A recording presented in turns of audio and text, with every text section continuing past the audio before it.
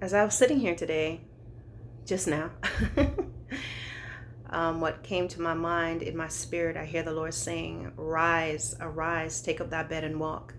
Arise, take up thy bed and walk." And I sat here for a long time, like, okay, just listen to this.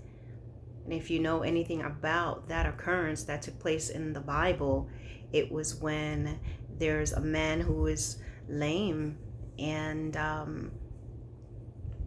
he couldn't walk. And the Lord raised him up, gave him the ability to walk again. He was crippled. And Jesus says, "Arise, take up thy bed and walk." And there are many of you that you're crippled by circumstances. You're crippled by the things that's going on around you.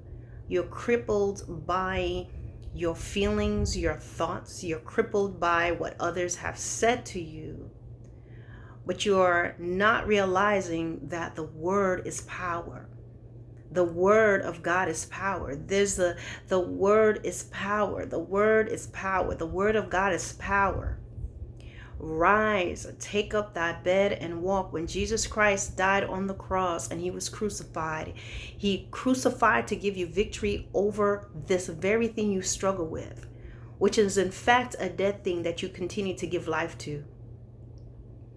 Whatever you're going through, whether your husband left you, your wife left you, whether you've lost a child, and I don't say that lightly, whether you're just in a place of feeling lonely, whether you're in a place of feeling discouraged, whether you're in a place that you are homeless, you are without a job, everything that's going on right now, Jesus died on the cross to do what? To give you victory over this circumstance and anything else that will come. But a lot of times we're giving life to something that is already dead and defeated. And I hear the Lord saying, "Arise, take up thy bed and walk." Take up thy bed and walk. Stop allowing yourself to be in a place where that situation is causing you to lay down and to accept defeat. You're laying down and you're waving the white flag. You're laying down and you are accepting the circumstances. There's nothing else I can do. But Jesus says, "Arise, take up thy bed," because you have authority to pick it up, to carry it. It's not too heavy for you to bear. It's not too much for you to bear. He listened to the word of God. He listened to what Jesus said to him, and he believed it in his heart, and he was able to rise up out of his situation. Take up that bed. He took up that thing that kept him bound, that carried him in, the thing that he become dependent on. He now was able to stand up and carry it. He was now in a position of power and authority. Stop laying down in defeat. I hear the Lord saying, "Take up thy bed and walk." Take up thy bed and walk. Take up thy bed and walk.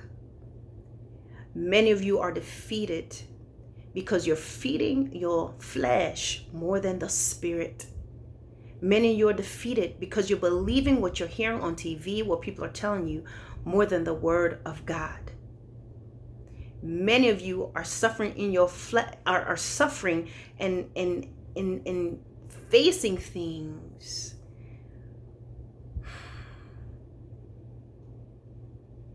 because you want to deal with God your way. You want God to submit to your ways. You want God to follow your lead. It's not going to happen. I hear the Lord saying, "Take up your bed and walk," my brothers and sisters. The word of the Lord today is to take up your bed and walk.